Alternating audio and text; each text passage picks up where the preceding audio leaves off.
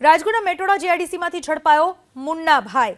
ગ્રામ્ય એસઓજીએ મેટોડા જીઆઈડીસીમાંથી ઝડપી લીધો બોગસ તબીબ।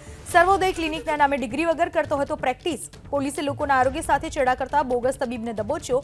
સંજય ટીલાવતની એલોપેથી દવાના જથ્થા સાથે ધરપકડ કરી લેવામાં આવી। રાજકોટના મેટોડા જીઆઈડીસીમાંથી બોગસ તબીબ ઝડપાયો છે। કોઈપણ જાતની ડિગ્રી વગર લોકોના આરોગ્ય સાથે ચેડા કરતો હતો। સર્વોદય ક્લિનિકના નામે ડિગ્રી વગર તે પ્રેક્ટિસ કરતો હતો। ગ્રામ્ય એસઓજીએ મેટોડા જીઆઈડીસીમાંથી આ બોગસ તબીબને ઝડપી પાડ્યો છે। સંજય ટીલાવત નામનો આ શખ્સ છે, જેના એલોપેથી દવાના જથ્થા સાથે ધરપકડ કરવામાં આવી છે। આ વિશે વધુ માહિતી આપવા આપણી સાથે જોડાઈ ચૂક્યા છે અમારા સંવાદદાતા પરાક્રમસિંહ જાડેજા। પરાક્રમ, આ શખ્સ કોણ છે, કેટલા સમયથી પ્રેક્ટિસ કરતો હતો અને લોકોના આરોગ્ય સાથે ચેડા કરતો હતો, શું જાણવા મળી રહ્યું છે?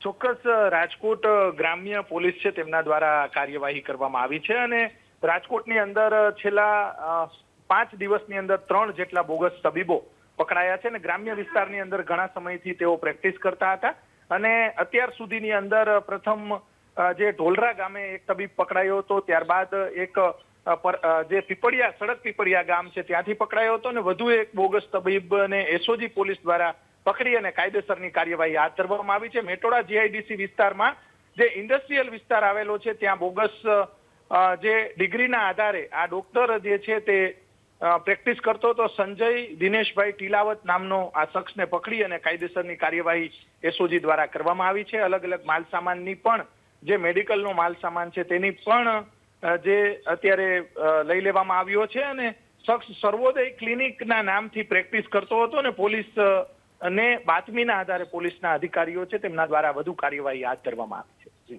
જી, આભાર આપનો તમામ માહિતી બદલ।